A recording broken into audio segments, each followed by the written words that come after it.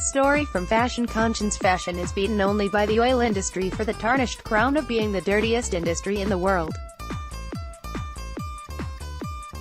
And in recent years, fashion's impact on both people and planet has been documented in innumerable news reports and exposés of garment factory fires, workplace sexual violence and widespread pollution. Just last week, the UK Parliament launched an inquiry to measure the true carbon footprint of fast fashion. But things are changing. Fashion brands have started to pay attention and make efforts to change their exploitative and polluting ways. Or so it seems. The collapse of Rana Plaza in Bangladesh in 2013, which killed 1,134 garment workers, along with other high-profile tragedies, finally gave influential, trailblazing NGOs the clout they needed to pressure brands into investigating and reporting on their supply chains. More scrutiny would create more transparency, and brands could be held to account. It sounds great, but the resulting transparency drive isn't quite what it seems. There are no minimum requirements for reporting. So just how open and honest are brands actually being? Is a question often asked by the activists behind Fashion Revolution, the non-profit responsible for much of the positive change since Rana Plaza.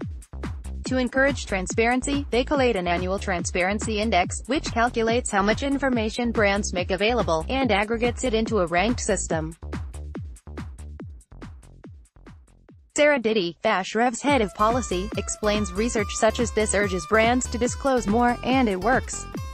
When we compare the 98 brands and retailers in both the 2017 and 2018 index, we have seen an average increase of 5% in their level of transparency, she says. 64% of brands have disclosed more policies and commitments than they did last year, and all but 10 brands are disclosing at least one relevant social or environmental policy, but, of course, none of them are perfect. Sarah warns. At 58%, which is what Adidas and Reebok, the highest-scoring brands, achieved, there's still a long way to go towards full transparency by all the major brands and retailers. But it is important that they are taking steps forward on this journey. How genuinely brands are making efforts to take these steps is open to debate. Since Rana Plaza, the fashion industry has been under a microscope. As shocking human rights violations have been uncovered, consumer attention has been focused. People are considering where their clothing were made more than ever before, and the answer can dictate where they shop. So brands have to be cautious. In the world of social media and 24-hour news, companies are striving to maintain their reputations. Filling a transparency report isn't necessarily an act of goodwill, but a bid for good PR. You have your reputation-sensitive brands opting in and disclosing their first- and second-tier suppliers, but nobody is forcing them, says Stephanie Klotz, communications manager at the C. If you go beyond brands and retailers to look at manufacturers, there's very little information. There's also no government I know of actually asking that information, she says, hinting at the deceptive power of omission. Brands choosing to be that transparent are self-enforcing those standards. So that's where we're trying to catalyst some change. In 2015, the Modern Slavery Act was feted as a landmark piece of legislation for the fashion industry. It undeniably marked a step forward in the fight against labor exploitation, but many of its guidelines are voluntary, and many brands, including some really big ones, fall short of full disclosure. The implications of this disparity, between the amount of noise brands make about ethics and sustainability, and the actual value of their reporting, cannot be underestimated. Some auditing initiatives, such as the legally binding Bangladesh Fire Safety Accord, which shuttered hundreds of unsafe factories, have made a real difference. But when I ask Klotz if audits are often conducted by parties with a vested interest in the results, she replies simply, yes. In particular, she says, difficulties arise when workers are asked to talk about their workplace culture. Garment workers are predominantly women, on the lowest rungs of the employment ladder and invariably working for men in positions of power. That's an issue which is so often overlooked. Klotz says. One of the things that we do is put a gender lens on absolutely everything, because gender justice is intimately tied in with garment workers' rights, in a way that I don't think people are conscious of. She adds, I'm sure that auditors will interview workers, but maybe with their supervisors behind them. These suspicions appear to be confirmed by a recent damning report that detailed a devastating pattern of sexual assault and harassment.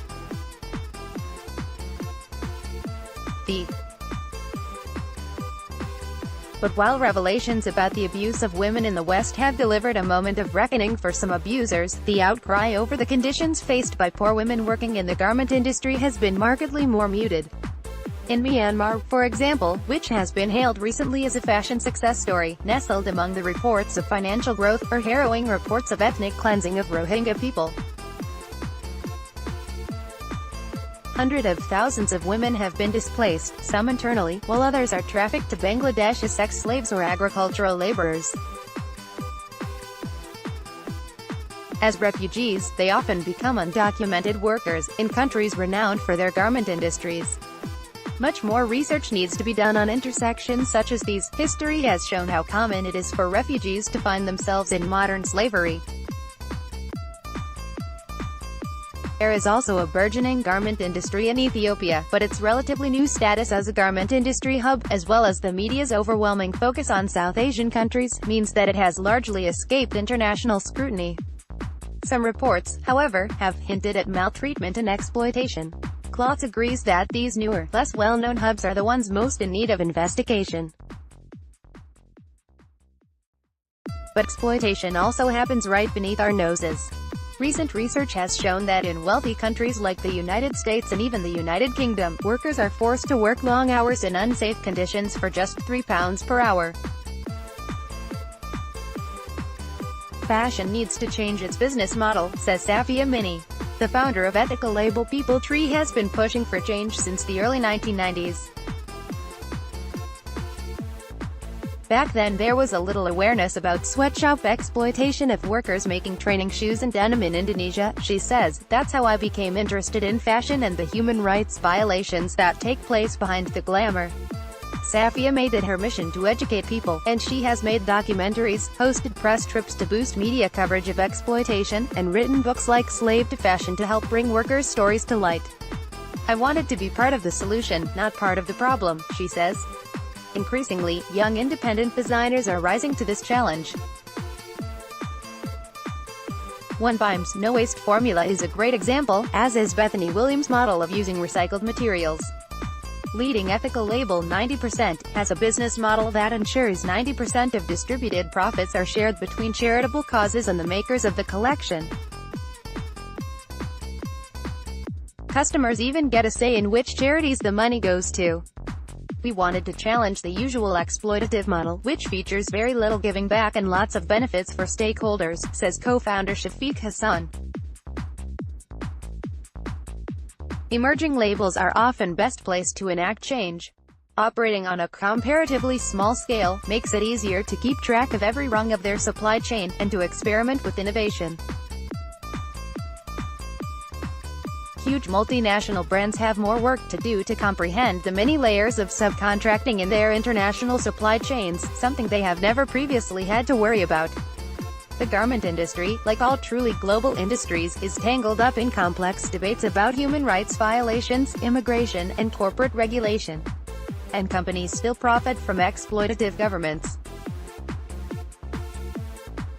Some brands have even outsourced the manufacture of their Pride collections to countries that persecute LGBTQ people. So yes, after recent tragedies became headline news, some brands are engaging with efforts to bring more transparency to the industry.